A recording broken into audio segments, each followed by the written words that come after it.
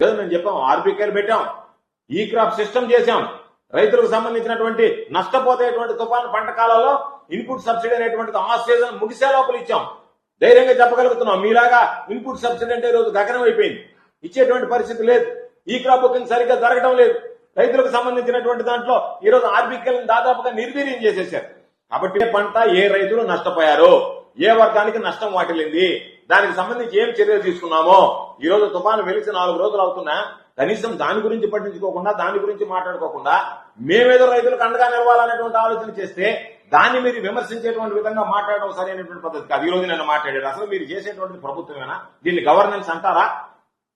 మేము 11,780 కొన్నాం, కానీ మార్కెట్ లో 15,000 రూపాయలు వచ్చేసింది కాబట్టి దాని గురించి మేము పట్టించుకోలేదు అన్నట్టుగా మీరు మాట్లాడడం అనేటువంటిది, ఈ మాట మీరు మా దగ్గర మాట్లాడడం కాదు, రైతుల దగ్గర పోయి మాట్లాడండి. మేమేమో 11,780 కొంటానన్నా, మీరు 15,000కు అమ్ముకున్నారు కాబట్టి మేము కొనలేదు అనేటువంటి మాట చెప్తే రైతులు మిమ్మల్ని దేనితో కొడతారో అర్థమవుతుంది. మీకు ఆర్బీకే లేకపోతే, విలేజ్ అగ్రికల్చర్ అసిస్టెంట్ లేకపోతే ఈరోజు కనీసం మీకు గ్రామాలలో ఎవరన్నా పాపం వ్యవసాయం గురించి కానీ, రైతుల గురించి కానీ, సూచన కానీ, సలహా కానీ, లేదా ఏదైనా సమస్య గురించి పరిష్కారం కానీ, ఏదైనా వివరణ కానీ ఏదైనా ఇచ్చేటువంటి వాళ్ళు ఉండేవాళ్ళ? సచివాలయాలు అనేటువంటివి లేకపోతే, సచివాలయ ఉద్యోగులు లేకపోతే ఈ రోజు ఉన్నటువంటి పరిస్థితుల్లో, మొన్న జరిగినటువంటి తుఫాన్ నేపథ్యంలో మొత్తం కుప్పకూలిపోయినటువంటి పరిస్థితి ఉండేది వ్యవస్థ అంతా. ఈరోజు నష్టాలు ఎవరిని ఆపలేకపోయారు. కానీ ప్రజలకు సంబంధించినటువంటి సమస్యలు పరిష్కరించడానికి వాళ్ళందరినీ గుర్తించింది. నువ్వే ఏ నోటితో మాట్లాడావు? ఇవన్నీ షోలు అని చెప్పి మాట్లాడాడు. చంద్రబాబు నాయుడు ఏం మాట్లాడుతున్నాడు? సచివాలయాలన్నింటినీ కూడా స్వర్ణాంధ కేంద్రాలుగా మారుస్తానని చెప్పి మాట్లాడాడు. అంటే ఎక్కడికి పోతే అంటే ఈ రోజు ఈ మాట, ఈ అవసరం, సచివాలయ ఉద్యోగులు సచివాలయాలు అవసరం అనుకుంటే దాని గురించి ఒక మాట మాట్లాడతారు. పని తీరిపోతే మరొక రోజు అవన్నీ షోలు తప్ప ఏం ఉపయోగం లేవు అని చెప్పి మీరే మాట్లాడతారు. కాబట్టి ఈ రోజు మీరు అడిగారు రైతులకు సంబంధించి ఏం పరిహారం ఇచ్చామంటున్నారు. మేము ఛాలెంజ్ చేస్తున్నాం. ప్రభుత్వం నీ చేతిలో ఉంది, రికార్డు మీ దగ్గర ఉంది. ఉచిత పంటల బీమా అమలు చేసామో లేదో, ఉచిత పంటల బీమాకు సంబంధించి అచ్చినాయుడు, ఉచిత పంటల బీమాకు సంబంధించి 7,802 కోట్ల రూపాయలు ఇచ్చాం. సీఎం యాప్ పెట్టి ప్రతిరోజు కంటిన్యూస్ మానిటరింగ్ చేశాం అగ్రికల్చర్ ప్రొక్యూర్మెంట్ గురించి, ప్రైస్ గురించి. ఏ రోజు తగ్గితే ఆ రోజు వెంటనే ప్రొక్యూర్మెంట్ స్టార్ట్ చేసేటువంటి విధంగా మీలాగా ఈ రోజు మీరు ఉత్తర్వులు ఇస్తే తప్ప లేకుండా ఆటోమేటిక్ గా తగ్గింది అంటే జగన్మోహన్ రెడ్డి గారు సమీక్షించి ఒకటే విషయం చెప్పారు, ఎవరు ఉత్తర్వులు అవసరం లేదు, మీరే తగ్గింది. ఈ రోజు దీనికి సంబంధించినటువంటి గిట్టుబాటు ధర తగ్గింది, కనీస మద్దతు ధర తగ్గింది, వెంటనే కొనుగోలు ప్రారంభించండి అని చెప్పి ఆ రోజు ఉత్తర్వులు ఇచ్చాం. మీ దగ్గర ఆ పరిస్థితి ఉందా? మీరు ఆ పరిస్థితి చేసేటువంటి పరిస్థితులు ఉండారా? ఈ రోజు మీరు ధరల స్థిరీకరణ నిధికి సంబంధించి మాట్లాడితే మేము 300 కోట్లు ఇచ్చాము, సిగ్గు లేకుండా మాట్లాడుతున్నారు. 3,000 కోట్ల రూపాయలు ఇచ్చేస్తే, 3,000 కోట్ల రూపాయల ధరల స్థిరీకరణ నిధి ఇస్తే మేము 7,802 కోట్ల రూపాయల రైతులకు సంబంధించినటువంటి ప్రీ క్రాప్ ఇన్సూరెన్స్ ఇస్తే ఒక 300 కోట్ల రూపాయలు ఇచ్చి దాన్ని 300 సార్లు మాట్లాడుకుంటున్నారంటే అంతకన్నా సిగ్గు చేటు అనేటువంటి విషయం మరొకటి ఉందా మీకు? ఈరోజు నా ప్రతాపం, నీ ప్రతాపం అని చెప్పి పెరిగావు ఎత్తు, కానీ నీ బుర్రలో ఉండేటువంటిది కనీసం చారుడు గంటెడు గుంజైనా ఉందా? మనిషి పెరగడం కాదు, బుద్ధి పెరగాలి.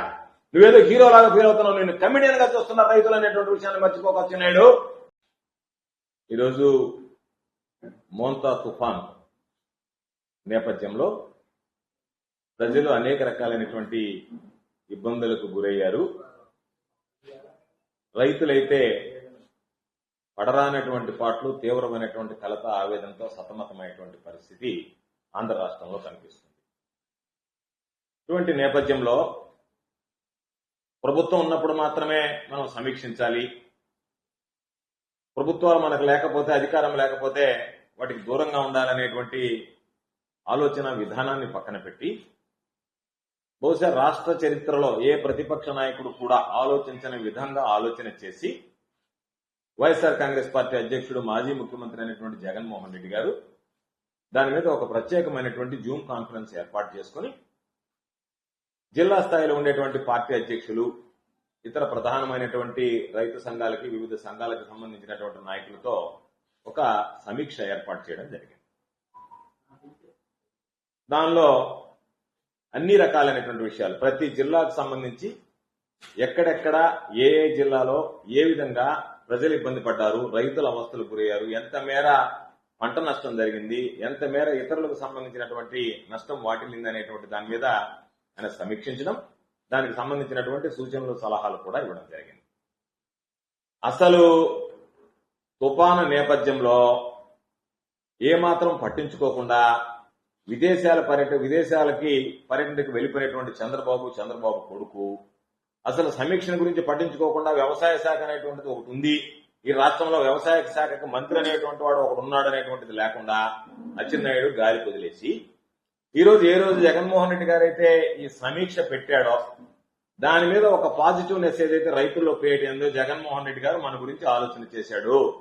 అధికారం ఉన్నా లేకపోయినా ఇటువంటి వ్యక్తి మనకు అవసరం అనేటువంటి భావం కలుగుతున్నటువంటి నేపథ్యంలో దాన్ని జీర్ణించుకోలేక తట్టుకోలేక ఈ రోజు జగన్మోహన్ రెడ్డి గారి మీద రకరకాలైనటువంటి మాటలు మాట్లాడడానికి దిగజారిపోవడం అనేటువంటిది దురదృష్టకరమైనటువంటి విషయం.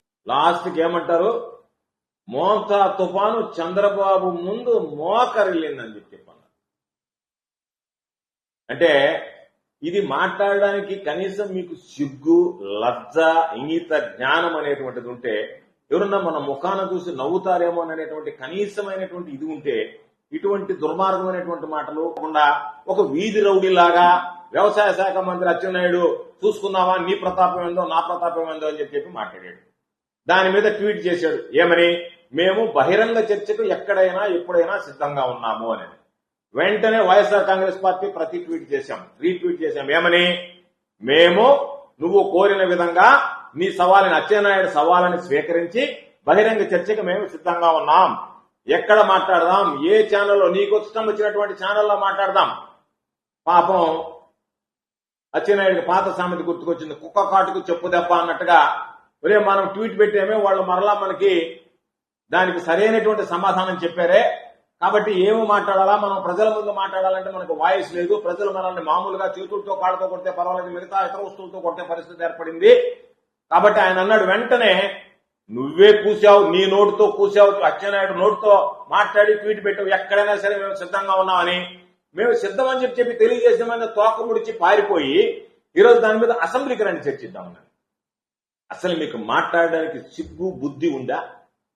చంద్రబాబు నాయుడికి సంబంధించినటువంటి మీ మంత్రులు కూడా అటువంటి వాళ్ళు, మీకు చేత కానటువంటి వాళ్ళు, ధైర్యం లేనటువంటి వాళ్ళు, దమ్ము లేనటువంటి వాళ్ళు, చావ లేనటువంటి వాళ్ళు. మీరు ఎందుకు అసలు మామూలుగా ఛాలెంజర్కి పిలిచి తోక ముడిచి పారిపోతారు? ప్రజలు మరింత పాల్సన కావడం లేదా? ఇది మీకు అసహ్యమని అనిపించడం లేదా?